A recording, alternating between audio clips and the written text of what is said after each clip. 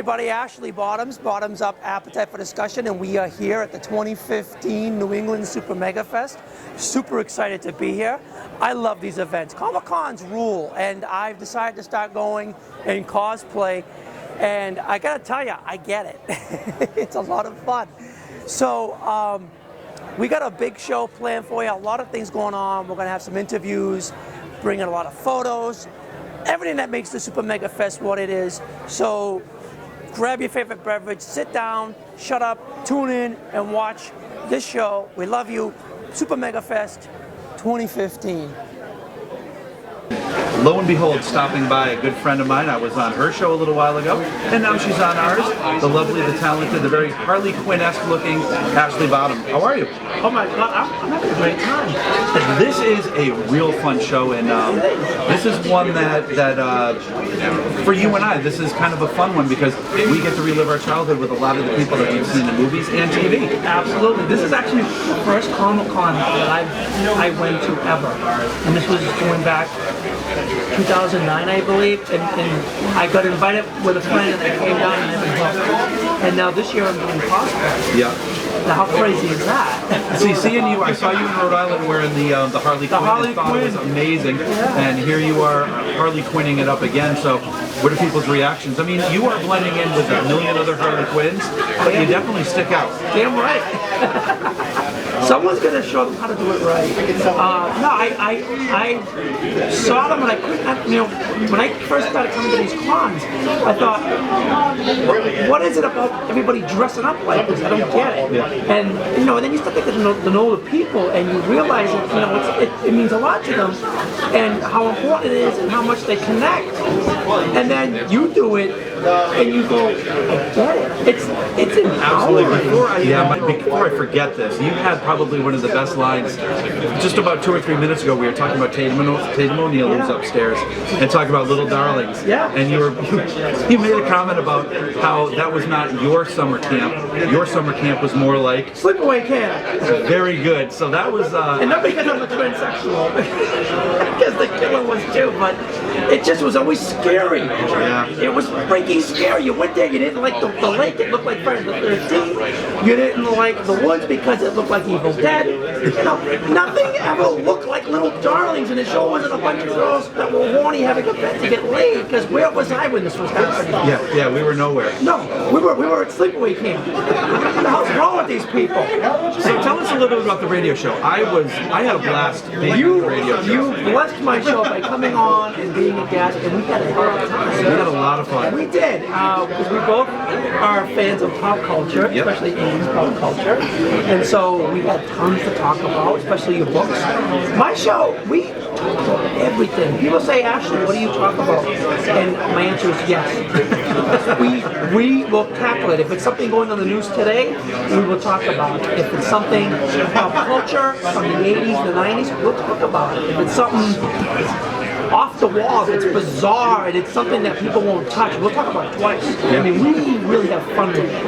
I mean, that's the whole thing is, we had some people from a local independent film on the show a few weeks ago, and one of the guys that I guess was on the crew or in the film called the show, and he's like, I can't stop laughing. You guys are making me laugh so hard. And I'm like, but then we're doing something right, because we want to make you laugh, but we also want to make you think. And if we piss off a few people along the way, yeah, it's okay too. I still have a couple friends that are always asking about that.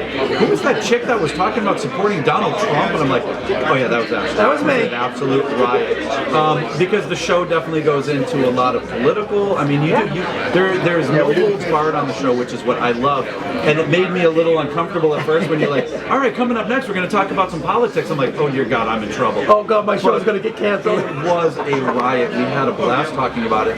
Not to mention the fact that you and I are metalheads. Oh and my God, we started talking about that. So I got to ask you if you have heard the new Wasp, the new Queensryche, or the new Stryper CDs. Stryper, yes.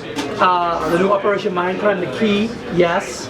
Love them both. Yep. It's hard to pick which one I like better. Because some people say I like Jeff Tate's camp, and some people say I like Queensryche camp. I love them both. Yeah. So it's kind of like having the best. of both worlds. You have both. You definitely do get It's like that. when Judas Priest, when Rob Halford left, we had Ripper. I loved him with Ripper, and I loved Halford when he was in a solo band. Halford. Yeah. I'm not going to get into two, but That was a bit much. it was a little too 9 Inch Nails for me. Yeah. It was. You know, there's a hole deep in the ground. We can be found digging it deeper.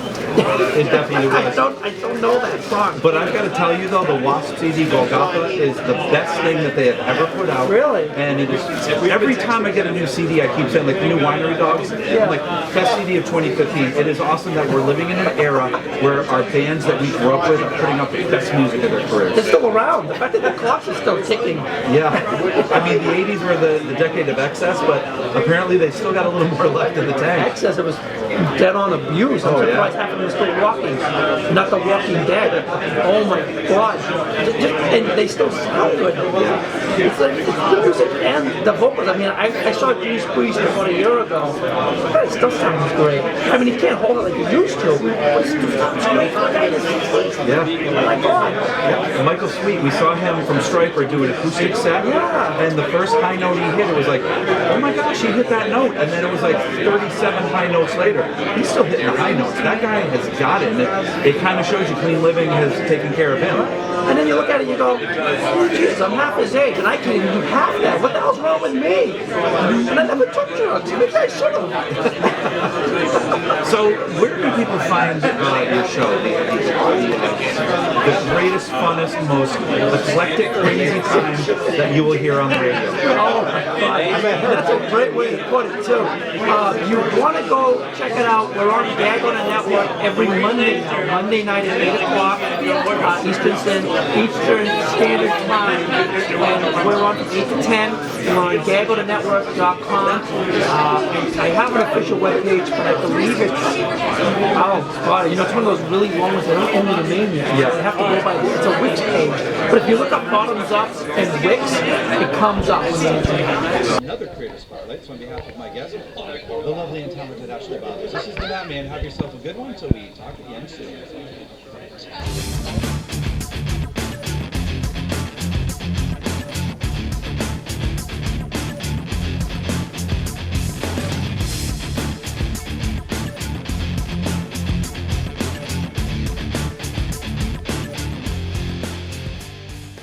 Hey, we are here with Bruce Boxleitner. You are famous for Babylon 5. You're famous for Scarecrow, Mrs. King. Most notably, Tron. You play Tron. You fight for the users. Of course, I always do. I am a big fan. We spoke about 3 years ago, and I'm really excited that you are allowing me to interview you this time. I'm happy. So, Tron 3. Last time we spoke, you said Tron 3 was in its stages of being done. And then in all of a development sudden, at the time. right? And then all of a sudden, boom! It's not being done now. Yeah. I'll That's show business. I'll be the first one to say that sucks. Yeah. Because Well, there's been a few before you, I think. that oh, said there'll that. be a few after me But, too. Yeah. I don't pretend I don't have any of the. I'm not privy to that. That's way above my pay grade to know what's going on. But yeah, I did. Sadly, I thought, Tron Legacy was open-ended plot-wise. The story at the very end, young, the young character Sam and Cora were riding off into the sunrise on his motorcycle, and as he said to my character. Alan Bradley, he said, we're going to take the company back. I thought that was the obvious line for the next. Right.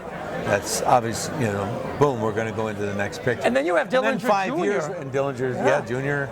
has made a cameo in that one. Yeah. I think all of that was in the works. I don't know. Yeah, that's true. What happened several months ago, I know there were rumors up in Vancouver where we shot Tron Legacy. Crews they were hiring. Just it was on the list of movies coming into town, and they were trying to get crews ready for that. Right. And then, for whatever reason, I'm sure there's a few of them. Yeah. They dropped it. Yeah, I think probably just at this time. I don't pretend to know anything about it. Otherwise, it was. I know they had settled on a script they liked. Yeah. Everybody they'd gone on the script, worked on that a long time. And I did try to squeeze a little bit out of you, but you were very committed to it. You wouldn't tell me much of anything except that it was a continuation. Yeah, I didn't. Because you never know. You never know. I never saw a script, so I mean. But you never know. It's not being no, made I'm not now, saying- but who yeah, knows? yeah, that's true. That's true. I think that's the best way to look at it. Yeah, I like to be hopeful. Right now, I think they're, they've got Star Wars, they have the Marvel Yes. comic things, movies, and also their live-action versions of their classic animated movies, I guess, did real well, and I think that may have had something to do with it. They want to go that direction. I think they've got Tim Burton has done Dumbo. No, imagine that. And I can't imagine that. Whoa. That's going to be a really twisted Dumbo. You know, was it Maleficent? Did very well. Cinderella did very, very well. Yeah. So maybe that's where they're going with that. But let's face it, I mean, Tron is a Disney figure right along with all the rest of those. It is. I mean, It's a Disney character. I'm really trying not to age myself, but I was a teen growing up with Tron, and Tron was one of my favorite childhood movies. I know. It still is. It still is one of my favorite childhood movies. Very often. Ahead of its time. Yeah. You know, great story. I was. It was an unusual looking thing too. There was nothing looked like it. Exactly. It was a unique film. It was. And what I loved was that it dealt with video games from the other side, which I loved. And video games at that time were really getting their start. Now we look at what a mega billion dollar industry it is now. And what I liked about Legacy was that it showed how it'd been that world, the Tron that world evolution had been updated. You know, they still had the old recognizers and the tanks, but everything kind of had this, like we do with an old car. It kind of got fixed up. And everything got updated. Modernized. Yeah, modernized. So. That was awesome. Yeah, and it reflected more of what the video game world looks like now. You know, do you think that's much more realistic? Because look how video games are amazing. Having raised 3 sons, oh my I know. God, yes. And they're very cinematic. Yes. They're very lifelike now. Yes. When you think back on how we looked here and that was considered futuristic. It was very, very ahead of its time, and that was just called CG. Yeah. Computer graphics. Absolutely. So, and the computers weren't that strong either. No, they weren't. It was roughly only about 20 minutes actually of all actual film time. There's CG in there. The rest of it was old school painting, matte painting, and our wardrobe was skin tights. There were tights with industrial magic marker making the circuitry on there. Really? Yeah. That's cool though when you think about it. Because this was all foam rubber pads. Here it is. The best example of what I can tell you. This is a picture of me from there, and all that was drawn on really heavy duty industrial strength Sharpie, as well as all the circuitry. Nothing but the best won't do, you know? That's right. Hockey helmet, motocross pads, and these foam rubber things were just carved out of foam rubber, and I wore white gloves, and our makeup was all sort of a pale white. Yeah. We couldn't have any skin tone. And it was, this is the way it looked when we were shooting it, like Cindy and I here. Right. It was in black and white. We were in black and we had to go outside every once in a while just to get an idea of blue sky again. Because we were on the soundstage, it was solid black. That's crazy, but it's like a fabric. But so all those things we climbed on and things like that. That's was how all it was kind back of then. Yeah, it was just big platforms. And we so I'm betting it was a different whole experience with the sequel. Oh God, yeah. I mean, all of that was we've modernized all of that. So not only was the film and they were actually in Legacy. If you talk to Garrett Hedlund or Jeff or any of them, or Olivia, they were actually wearing electrified suits that had circuitry really in them, and when they sweated a lot, I mean, I'm told Garrett got a couple zaps that were surprising during the middle of a shot. That didn't happen in my good old spandex tights, I want to tell you. Like Michael J. Fox once said, pain is temporary, fame is forever. That's true. The film is now, the pain is forever. Do you think that Star Wars had anything to do with what happened with Tron? Because it is a big purchase for Disney. And it could very well have. I have no idea. I don't have. It would only be speculation. I'm hoping I'm sure that maybe it'll help with the success of it. They'll say, hey, well, maybe about Tron, we'll get some, Yeah, I mean, but that's Lucasfilm, and Marvel is Marvel Comics. Yeah, it's still, Disney was Tron. Tron was Disney. Yeah.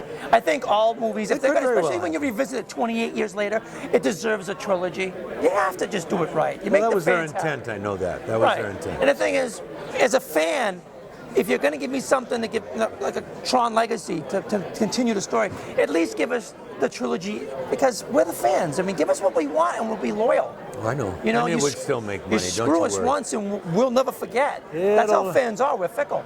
But We can it'll afford make to be. money. Don't you worry. Oh, yeah. May not be the biggest money, but it'll still make Tron good will money. make money because Tron is good. It's Tron a is good a money. story. That's the thing. It's a good is. story. I is. love the story. And it remains one. Yeah, and it transcends from our generation even to the next generation. Oh, it holds up. Absolutely. You know, and that's what I love about it. So And now, we can't have Clue running around out here in the this user world. this is My true. God. This is absolutely true. It would be And we have to. devastating. Somebody has to fight for the users. I You. fight for the users. That's right. Don't you worry, baby. Damn right. Give me a fist bump I on do. that. Boom. Yeah. So now, since Tron is on hiatus, I love it. What are you doing today? What's going on? I've got a. I just finished a series. Besides hanging out with 3 me, seasons. yeah. But I've got a. I do have to say that I do have a project. We've been in development now for, wow, over 2 years. Yeah. But we have a. It's called Lantern City. It's a. I never talked about it here because it was like 3 years ago I did this. So Lantern City is a project that I have a young producer and writer, wonderful writer. But right now we have a 7-issue, and I don't have any with me, I'm embarrassed to say. 7-issue comics out now with the top Boom Studios, which is one of the top. I'm sure you go over there where the vendors are selling the things, you can find it. But Lantern City #7 now is, and it's doing very, very well. Got great ratings, great sales. Cool. And we have a novel, a published Lantern City novel. We've got all of that stuff. But the first intent was to create something to pitch as a television series. The time is still coming. I'm more optimistic about that than ever. It's just finding the right timing. What people fail to realize is that, say, Babylon 5, he had been pitching that around for 5 years or more before anybody was even interested. Exactly. Most people were not interested because television is kind of like a fickle thing. It's very fickle. What's in is in for a time and then it goes out. It's out just as quickly. And you got to wait for that next time it comes in again. Exactly. And so that's what we'll do, you know. So, people want to know more about you. Where do they go? Any websites hooked up or anything? Well, like I used to be on Facebook. I don't anymore. Smart I've move. actually quit Smart a lot move. of this stuff. I'm basically on Twitter at Boxleitner Bruce on Twitter, and you can look for Lantern City TV if you want to know more about Lantern City. Very interesting. The steampunk community is very interested in it. I know the steampunk community Because very we well. really don't, they don't have anything out there that they can call theirs. Right. I mean, so we're trying to answer that for Gotta them. tap into that. And tap into that Yeah. for them. Put a deadness. But yeah, I'm trying to stay current. Absolutely. And I'm going to keep my fingers crossed that Disney do wakes that. up and Tron 3 happens. Never know. I'll be I'm- one of the first ones in You line. know, there was a time I said, oh yeah, it's definitely going to happen. And then Yeah, there it was a 3 time years going, ago. no, I don't even want to know about it anymore. I just, you know, what will be, will be. If it happens, I'm it keeping does. my fingers crossed because there's a I know lot- there's a a lot great of fans. script out there. That's one thing I can yeah, say. that's what we I need. didn't read it, but It's out there. it's out there. I know out it. there. So. Yeah. Okay, everybody. Super Mega Fest 2015. Had a great time being here. Hope you loved it too. So much to see, so much to do. You got to check it out. If you want to know more about the event, check out the website. I'm putting the link on top of the screen right now for you to go check them out. Tell them Ashley sent you. They love hearing that. My show, Bottoms Up, Appetite for Discussion, every Monday evening, 8 p.m. Eastern Standard Time on GagOTheNetwork.com. Check it out. Tune in. It's live. You'll love it. Call in, say hi. I love it. Yes. My name's Ashley Bottoms, reminding you, keep your enemies close. Keep Ashley closer. Till next time. Bye.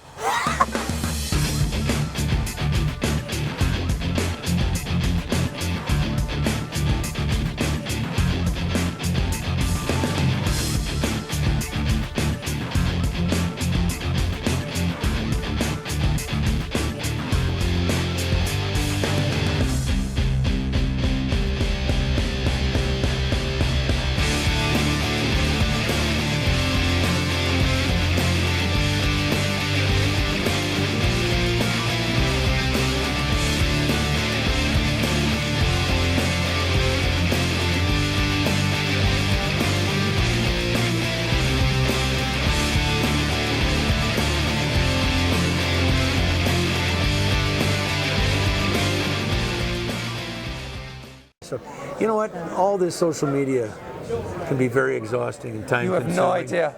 No And idea. it My gets show, into- Bottoms Up, Appetite for Discussion, every Monday night, 8 o'clock p.m. Eastern Central Standard Time. That made no sense at all. Let's start over.